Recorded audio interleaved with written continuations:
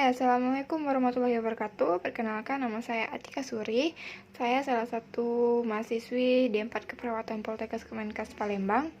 Saya di sini akan menjelaskan sedikit tentang TAK pada halusinasi, mulai dari pengertiannya sampai tujuan dan bagaimana sih kita menjalankan TAK pada halusinasi ini sendiri.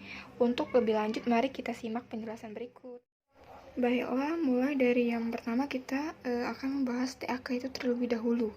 Jadi, TAK itu merupakan suatu fisioterapi yang dilakukan sekelompok klien bersama-sama dengan jalan berdiskusi satu sama lain yang dipimpin atau diarahkan oleh seorang terapis.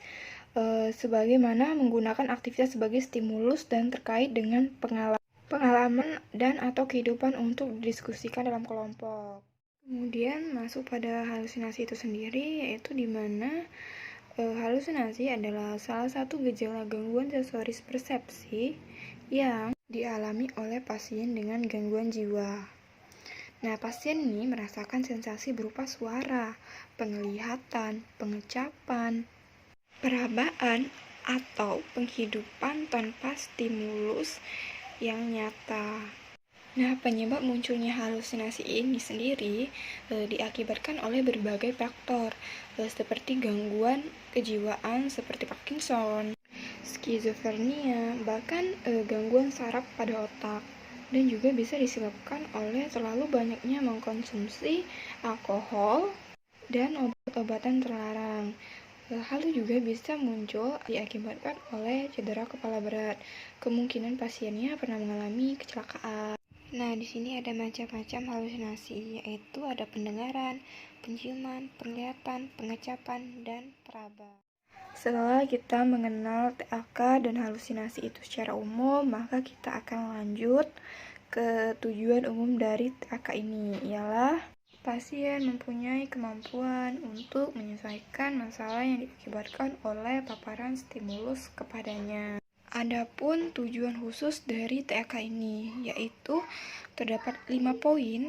Nah, yang pertama itu pasien dapat mengenal halusinasi. Apakah berupa penglihatan, pendengaran, penciuman, perabaan, bahkan pengecapan.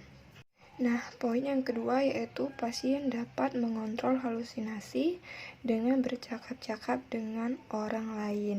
Di sini pasien akan diajarkan bagaimana sih tentang bercakap-cakap dengan orang lain secara baik dan benar. Di sini bisa dilakukan bersama dengan sesama pasien ataupun juga dengan perawat. Kemudian yang ketiga adalah pasien dapat mengontrol halusinasi dengan cara menghardik. Misalnya mengenalkan bahwa halusinasi itu tidak nyata. Yang keempat, pasien dapat mengontrol dengan aktivitas terjadwal, di mana klien dapat memahami pentingnya melakukan aktivitas untuk mencegah munculnya halusinasi, serta menyusun jadwal aktivitas dari pagi sampai tidur malam. Dan yang terakhir yaitu pasien dapat mengontrol halusinasi dengan meminum obat, di mana pasien dapat mengetahui jenis-jenis obat yang harus diminumnya, serta klien dapat mengetahui efek terapi dan efek samping obat tersebut. Oke, setelah kita membahas apa sih TAK dan halusinasi itu, mulai dari pengertian hingga tujuan dan juga gejala mulai munculnya halusinasi itu. Nah, sekarang kita akan membahas bagaimana sih proses dari TAK pada halusinasi itu sendiri. Nah, hal yang pertama harus kita lakukan ialah kontrak waktu dan juga tempat. Ketersediaan pasien, kapan bisanya, jam berapa, hari apa, dan maunya di mana. Serta saya di sini akan menggunakan metode diskusi dalam kelompok. Nah, adapun media dan alat yang perlu dipersiapkan seperti papan nama untuk pasien, papan tulis, spidol, formulir atau jadwal kegiatan, serta contoh-contoh obat untuk memberikan pemberitahuan kalau apa sih fungsi dari obat-obat ini, serta kapan saja harus diminum, dan efek samping dari obat-obat tersebut yang akan disampaikan oleh perawat kepada pasien yang mengalami halusinasi ini. Di sini juga ada setting tempat di mana ada P, F, O, L, C, L dan juga OP. L di sini berperan sebagai leader untuk memimpin jalannya kegiatan, menyampaikan tujuan dan waktu permainan, menjelaskan cara dan peraturan kegiatan.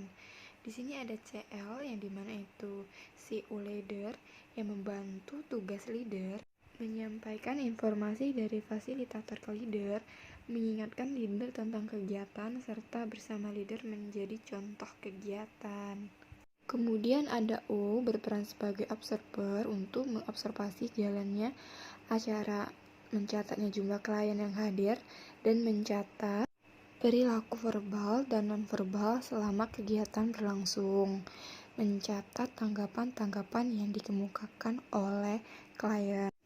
Di sini ada F sebagai fasilitator untuk memfasilitasi jalannya kegiatan, memfasilitasi klien yang kurang aktif, serta dapat mengatasi hambatan-hambatan yang terjadi baik di luar maupun di dalam kelompok.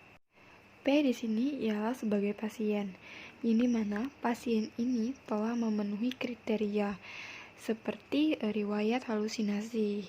Dan yang terakhir ada OP yaitu operator untuk membantu kelancaran dan kesuksesan dari TAK halusinasi ini. Langsung saja masuk ke sesi pertama yaitu mengenal halusinasi, yang dimana bertujuan agar pasien mengenal halusinasinya, tahu kapan halusinasi itu datang dan berapa lama, serta bagaimana perasaan pasien saat halusinasinya itu muncul.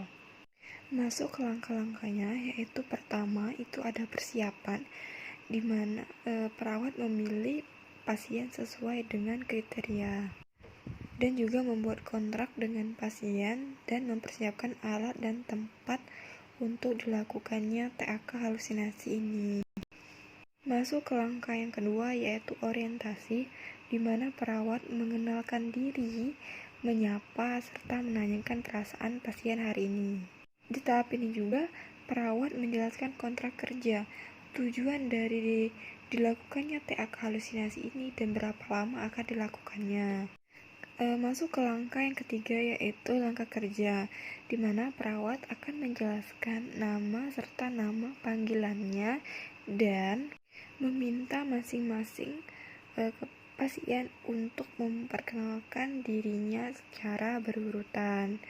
Nah, perawat akan menjelaskan kegiatan yang akan dilakukan, di mana masing-masing pasien akan menceritakan pengalaman tentang halusinasi yang mereka alami, mulai dari isi halusinasi, kapan datangnya dan berapa lama, serta bagaimana perasaan mereka saat halusinasinya itu muncul. Dan jangan lupa berikan apresiasi pujian kepada pasien yang telah berani untuk bercerita. Masuk ke langkah yang terakhir yaitu terminasi, di mana perawat menanyakan perasaan klien setelah melakukan TAK ini dan berikan kembali pujian atas keberhasilan anggota kelompok. Nah, di sini juga akan membuat rencana tindak lanjut, di mana apabila pasien mengalami halusinasi, segera menghubungi perawat atau temannya yang lain. Dan juga akan membahas tentang kontrak yang akan datang, kesepakatan tempat dan waktu untuk TAK yang selanjutnya. Dan jangan lupa untuk dievaluasi, di mana akan diberikan 1 poin apabila pasien melakukan 4 poin tersebut. Baiklah, masuk ke sesi yang kedua yaitu menghardik halusinasi. Pada dasarnya tahapannya sama saja dengan sesi pertama. Bedanya hanya di tujuan. Seperti pada sesi ini, tujuannya ialah untuk mengajarkan bagaimana caranya untuk menghardik halusinasi. Misalnya gini, dengan mengajarkan tutup telinga sambil berkata kamu tidak nyata untuk halusinasi pendengaran, seperti itu. Dan kemudian bedanya itu pada evaluasi. Nah, di mana hanya beda-beda poinnya saja, tapi tetap sama pemberian 1 poin bagi pasien yang melakukannya. Lanjut ke sesi ketiga, yaitu menyusun jadwal kegiatan. Tetap sama tahapannya, hanya berbeda pada tujuannya saja. Seperti pada sesi ini, tujuannya ialah memahami pentingnya melakukan aktivitas untuk mencegah munculnya halusinasi tersebut. Dan ini adalah tabel evaluasi untuk pada sesi ini. Terdapat 2 poin, tetap sama 1 poin setiap yang pasien lakukan. Masuk ke sesi 4, yaitu cara meminum obat yang benar, di mana langkah-langkahnya tetap sama, hanya beda di tujuannya, yaitu untuk memberitahukan fungsi dari obat, kapan harus diminumnya, dan apa efek samping yang ditimbulkan oleh obat tersebut. Dan ini terdapat tabel evaluasi untuk sesi keempat ini, di mana terdapat 8 poin, tetap sama, diberikan 1 poin untuk pengerjaannya. Masuk ke sesi kelima, yaitu mengontrol halusinasi dengan bercakap-cakap, di mana tahapnya tetap sama, bedanya hanya pada tujuan, yaitu di mana pasien diminta untuk memahami pentingnya bercakap-cakap dengan orang lain, serta pasien dapat menerapkan cara menghubungi orang lain ketika mulai mengalami halusinasi. Ini adalah tabel evaluasi untuk sesi kelima ini, di mana terdapat 3 poin, tetap sama, 1 poin diberikan bagi pasien yang telah melakukannya. Terima kasih telah menyaksikan video dari saya. Lebih dan kurang saya mohon maaf, kepada Allah saya mohon ampun. Semoga video ini bermanfaat bagi kita semua. Saya tutup. Wassalamualaikum warahmatullahi wabarakatuh. Terima kasih teman-teman.